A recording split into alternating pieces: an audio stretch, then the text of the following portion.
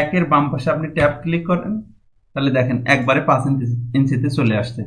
আপনি চাইলে এটাকে ডানে সরাই দিতে পারেন, বামে সরিয়ে দিতে পারেন। মানে আপনি কিন্তু ক্লিক করছেন একটাই, এই একটা ক্লিকের মাধ্যমে আপনি যদি একদম সব শেষ দিতে চান, শেষে দিতে।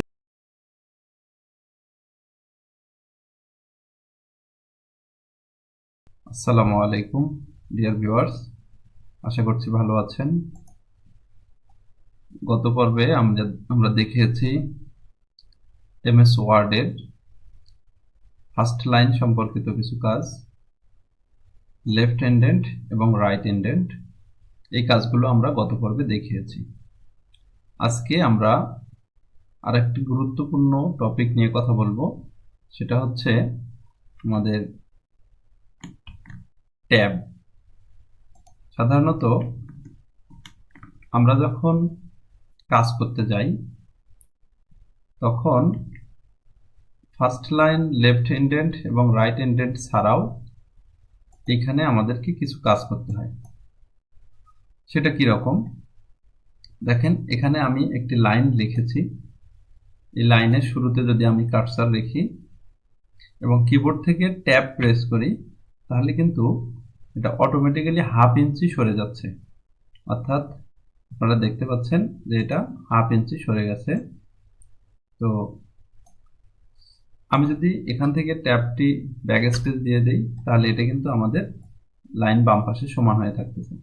আবার খেয়াল করেন, যদি আমরা এখানে একটা ট্যাব দেই তাহলে আমাদের হাফ ইঞ্চি সরে যাচ্ছে। এখন আমরা কিভাবে শর্টকাটের মধ্যে এই ট্যাবকে আমাদের ইচ্ছা মতো আমরা বিভিন্ন জায়গায় স্থাপন করতে পারি, এই ব্যাপারটি আপনারা একটু খেয়াল করে দেখেন যে এখানে যে ট্যাব অপশনটি আছে, এই ট্যাব অপশনের মধ্যে দেখেন বাই ডিফল্ট এখানে হাফ ইঞ্চি কিন্তু সেট করে দেওয়াই আছে। তো এই হাফ ইঞ্চি সেট করে দেয়া থাকার কারণে আমরা কিন্তু দেখতে পাচ্ছি এখানে হাফ ইঞ্চি সরে আসতেছে। তো আপনারা এই আমাদের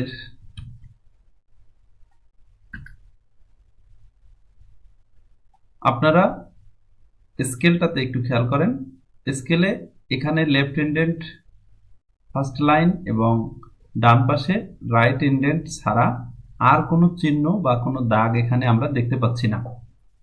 তো সেক্ষেত্রে আমরা চাইলে এখানে কার্সর দিয়ে যদি আমরা ক্লিক করি, তাহলে কিন্তু একটা এখানে চিহ্ন আসে। এই চিহ্নটা কোথা থেকে আসতেছে বা এটার কাজ কি, এই ব্যাপারটাই আমরা এখন জানার চেষ্টা করব। ডিয়ার ভিউয়ার্স, আপনারা যদি খেয়াল করেন, আমাদের যে এখানে স্কেলটা রয়েছে, এই স্কেলের জাস্ট বাম পাশে শুরু। এখানে স্কেল কিন্তু দুই দিক থেকে আছে। আপনারা এখানে দেখেন, আমাদের উপরের দিকে একটা স্কেল আছে এবং বাম পাশে একটা স্কেল আছে।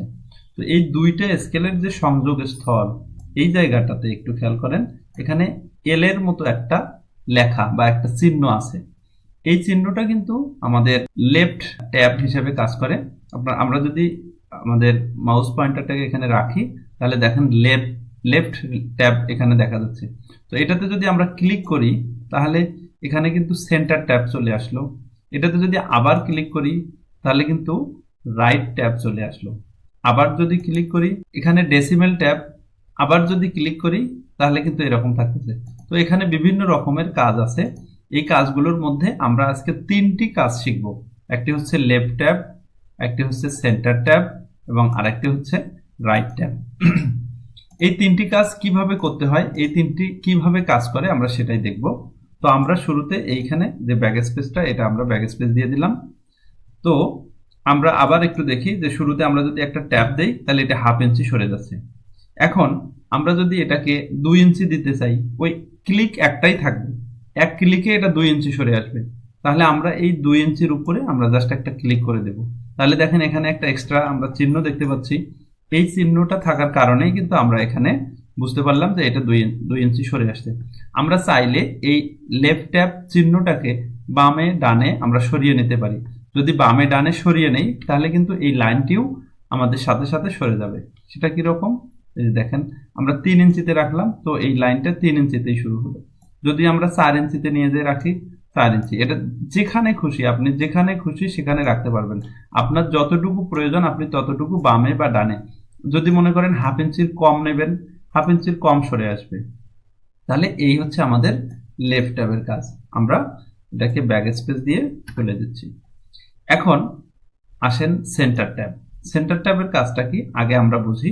এখানে যখন একটা ট্যাব দেব সেটা তো আগের মতোই বাই ডিফল্ট হাফ ইঞ্চি চলে যাচ্ছে, কিন্তু আমরা এখানে যদি ট্যাব একটা ক্লিক করি তাহলে এই ট্যাবটা খেয়াল করে দেখবেন যে আমাদের যে এই লেখাটি আছে, এই আমার সোনার বাংলা যে লেখাটি আছে, ঠিক এটা কিন্তু এই মাঝখানে আমাদের যে ট্যাব চিহ্নটা আছে সেই ট্যাব চিহ্নের একদম ট্যাবটাকে মাঝামাঝি সেন্টারে রেখে লাইনটা ওইভাবে সাজবে। তো দেখেন আমরা আরেকটু বড় লাইন নিয়ে দেখি।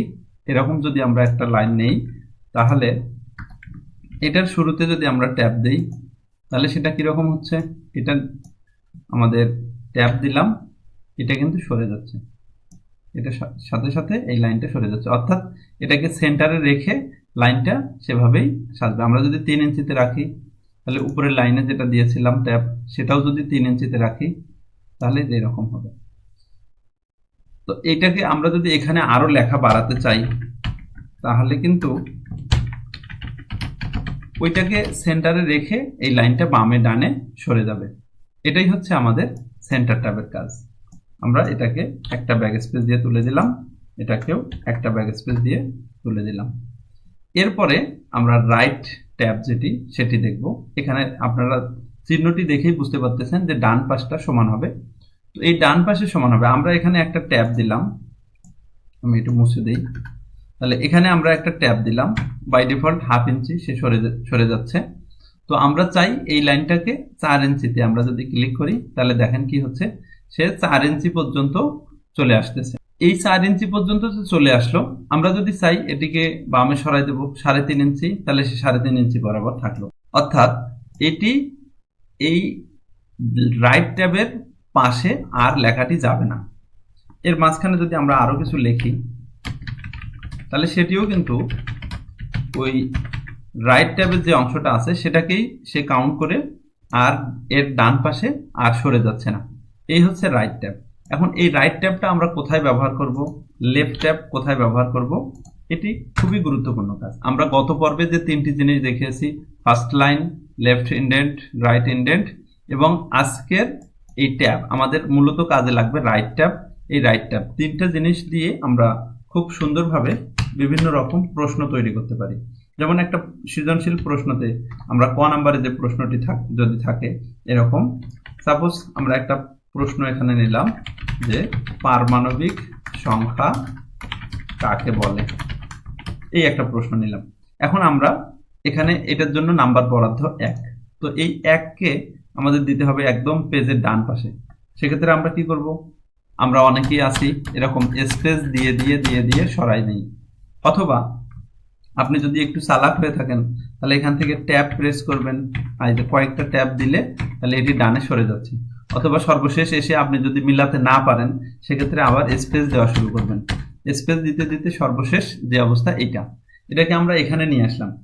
এই যে কত কাঠখড় পুড়ে আমরা এই 1কে ডান পাশে নিয়ে যাচ্ছি, এটি কিন্তু আপনি চাইলে 1 ক্লিকের মধ্যেই বাম এই অবস্থান থেকে আপনি ডান পাশে নিয়ে যেতে পারবেন। সেটা কিভাবে, সেটাই সম্ভব হবে এই রাইট ট্যাবের মাধ্যমে। আপনি এখানে 5 ইঞ্চিতে যদি রাইট ট্যাব একটি রাখেন তাহলে এখন 1-এর বাম পাশে আপনি ট্যাব ক্লিক করেন, তাহলে দেখেন একবারে 5 ইঞ্চিতে চলে আসছে। আপনি চাইলে এটাকে ডানে সরাই দিতে পারেন, বামে সরিয়ে দিতে পারেন, মানে আপনি কিন্তু ক্লিক করছেন একটাই। এই একটা ক্লিকের মাধ্যমে আপনি যদি একদম সব শেষে দিতে চান সেক্ষেত্রে আপনার এটা এখানে চলে আসলো। এই হচ্ছে আমাদের একটা প্রশ্ন। আরেকটা প্রশ্ন যদি আমরা লিখি খ নাম্বারে, সাপোজ আমি শুধু প্রশ্ন লিখতেছি পারমাণবিক সংখ্যা বলতে কি বুঝো, আপনাদের বোঝার জন্য। এটার জন্য বরাদ্দ 2 নাম্বার। এখন 2কে আমরা কিভাবে এই ডান পাশে নিয়ে আসবো, জাস্ট 1 ক্লিক, আপনি এটাকে এখানে রেখে 2-এর বাম পাশে কার্সারটা রেখে জাস্ট ট্যাব ক্লিক করেন, দেখেন এটা 2 জায়গা মতো চলে গেল। আবার একইভাবে গ নাম্বারে যে প্রশ্ন থাকে, আমাদের অনেক বড় প্রশ্ন থাকে, আমি না লিখে এখান থেকে কপি করে বসিয়ে দিচ্ছি, আপনারা বুঝে নিয়েন। তো এইটা যদি গ নাম্বার প্রশ্ন হয়ে থাকে তাহলে আমরা এখন কি করব, শেষে একটা প্রশ্নবোধক চিহ্ন দিই। তো এটাকে আমরা যদি 3 দিতে চাই তাহলে আমরা 3 এখানে লিখতে পারি, অথবা আগে ট্যাব দিয়ে তারপরে কিন্তু আমরা 3 দিতে পারি। তাহলে আমাদের এটি একদম ডান পাশে চলে গেল। আবার ঘ নাম্বারে একটা প্রশ্ন যদি আমরা লিখি, ঘ নাম্বারে একটা প্রশ্ন লিখলাম, এটাও এরকমই যদি প্রশ্ন হয় তাহলে একইভাবে আমরা এখানে এটার জন্য 4 নাম্বার বরাদ্দ করে দিলাম। এই হচ্ছে আমাদের একটা সৃজনশীল প্রশ্নের যে একটা বিষয়, সেটাই আমরা এখানে দেখলাম। কিন্তু এখানে আরেকটি ব্যাপার আছে, সেটা হলো আপনি গ নাম্বার প্রশ্নটাতে খেয়াল করে দেখেন, আমাদের গ এবং বাংলা এটি কিন্তু একসাথে অ্যালাইন হয়ে আছে, কিন্তু আমরা চাই এটি এখানে নয়, বরং এই দিকে, এই দিক বরাবর থাকবে। তো অর্থাৎ এই দিকটা বরাবর থাকবে। সেক্ষেত্রে আমরা কিভাবে এই কাজটা করতে পারবো সেটা আমরা দেখতে পারবো গত পর্বে যেটা আমরা শিখিয়েছি। এই যে ফার্স্ট লাইনের নিচে যে আমাদের লেফট এন্ডেন্ট বা হ্যাঙ্গিংটা রয়েছে, এই হ্যাঙ্গিংকে আমরা এখান থেকে জাস্ট একটু সরিয়ে দেব। হ্যাঙ্গিং সরিয়ে দেওয়া মানে আপনার নিচে যত লাইন থাকবে সবগুলো এর সোজা হয়ে থাকবে।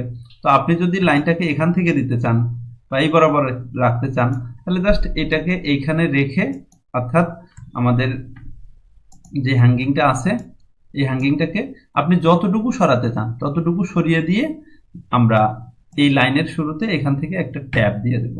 জাস্ট এটা আমাদের সমান হয়ে গেল। ঠিক একইভাবে আপনি এই কাজটা এখানেও করতে পারেন। এটাকে আপনি ধরে এদিকে একটু যদি সরায় নেন, দুঃখিত, এই যে উপরেরটাতে ধরতে হবে, তাহলে এটাকে সরায় নিয়ে যদি আমি একদম এটার সাথে সোজা করে দেই, দিয়ে আমি এই জায়গাটাতে কার্সার রেখে একটা ট্যাব দিব, দেখেন লাইনটা সোজা হয়ে গেছে। তাহলে এইভাবে যদি আমরা সোজা করতে পারি তাহলে আমাদের প্রশ্নটা দেখতেও অনেক সুন্দর হবে। এখন কথা হলো যে আমরা সবগুলো লাইনে কি বারবার এরকম করে সমান করতে ধরবো? না ডিয়ার ভিউয়ার্স, বারবার প্রত্যেকটা লাইনে এইভাবে একই কাজ বারবার করার কোনো প্রয়োজন নেই। সেক্ষেত্রে আমরা কি করব, আমরা একটা শর্টকাট ট্রিক্স ব্যবহার করব। সেটা হচ্ছে, আপনারা জানেন যে যে কোনো একটি লেখা কিবোর্ড থেকে Ctrl+C প্রেস করলে এটি কপি হয়। তো আমরা এই কপি লেখাটিকে পেস্ট করব কিভাবে? Ctrl+V। এই তো স্বাভাবিক একটা বিষয়। তো আপনি চাইলে এই উপরে যে স্কেলের মধ্যে যে লেখাগুলো আছে, অর্থাৎ বিভিন্ন যে দাগ আছে, চিহ্ন আছে, এটাকে আমাদের বলা হয় ফরম্যাট। তো আমরা এখানে একটু দেখি, আপনাকে দেখাই। এই লাইনটার ক্ষেত্রে যে ফরম্যাটটা আছে, এই অংশটা আর এই লাইনের ক্ষেত্রে যেটা আছে, এই দুটি কিন্তু এক না। একটু খেয়াল করে দেখেন যে আমাদের এইখানে এই স্কেলের এটা লেফট ফার্স্ট লাইনটি রয়েছে একদম বামে, তারপর হ্যাঙ্গিংটা আছে এখানে। এখানে একটু দেখেন, আমরা যদি এটাকে সরাতে চাই, এই লেখাটি কপি করে নিয়েছি। তো এখন আমরা এর ফরম্যাটটি কপি করা শিখব। অর্থাৎ এই লেখাটি যেভাবে আছে আমরা এই লাইনটিতেও ওই ফরম্যাটটা একই রকম করতে চাই। সেক্ষেত্রে কি করব, আমরা কিবোর্ড থেকে Ctrl+Shift+C, কিবোর্ড থেকে জাস্ট এখানে কার্সারটি রেখে Ctrl+Shift+C প্রেস করব এবং এখানে আমরা Ctrl+Shift+V প্রেস করব। দেখেন এই যে আমাদের যে ইয়াটি স্কেলের যে ফরম্যাট, এটাকে বলা হয় ফরম্যাট কপি। আমরা এই ফরম্যাট যেটা করেছিলাম উপরেরটাতেও কিন্তু সেই একই ফরম্যাট হলো। তাহলে আমরা ফরম্যাট কপি করার জন্য কিভাবে কি ব্যবহার করব? ফরম্যাট কপি করার জন্য কিবোর্ড থেকে Ctrl+Shift+C এবং পেস্ট করার জন্য এখানে দেখেন এটার ফরম্যাট আর এটার ফরম্যাট সম্পূর্ণ আলাদা। এটার ফরম্যাট ছিল এরকম আর এটার ফরম্যাট কিন্তু তার উল্টা। আমরা যদি এখানে Ctrl+Shift+V প্রেস করি তাহলে কিন্তু আমাদের এরকম হলো। এইভাবে আমরা কিন্তু ফরম্যাট কপি করে খুব সহজে একই কাজ সবগুলো লাইনে ব্যবহার করতে পারি। তাহলেই কিন্তু আমরা খুব সুন্দর একটি প্রশ্ন তৈরি করতে পারবো। এই দেখেন প্রশ্নটি দেখতে এখন কত সুন্দর লাগতেছে, অথচ তা না করে আমরা বক্সের ভিতরে ঢুকে প্রশ্ন করা শুরু করি। এই বক্সের ভিতরে ঢুকে প্রশ্ন করার পদ্ধতি আমাদের সেখান থেকে বের হয়ে আসতে হবে, তাহলে আমরা খুব সহজে সুন্দর প্রশ্ন করতে পারবো। অনেক সময় হয় কি, আমরা একটা প্রশ্ন করে ফেলি, অন্য একজন যদি সেই প্রশ্নটার উপরে কারেকশন করতে চায় সেক্ষেত্রে তাকে বিড়ম্বনায় পড়তে হয়। সে চাইলেও এই লাইনগুলোকে এক জায়গা থেকে আরেক জায়গায় সরিয়ে নিতে পারে না। বক্সে প্রশ্ন করলে কি সমস্যা হতে পারে সেই সম্পর্কে আমি পরবর্তীতে আরেকটি ভিডিও দেব। সে পর্যন্ত সবাই ভালো থাকবেন, সুস্থ থাকবেন। আল্লাহ হাফেজ।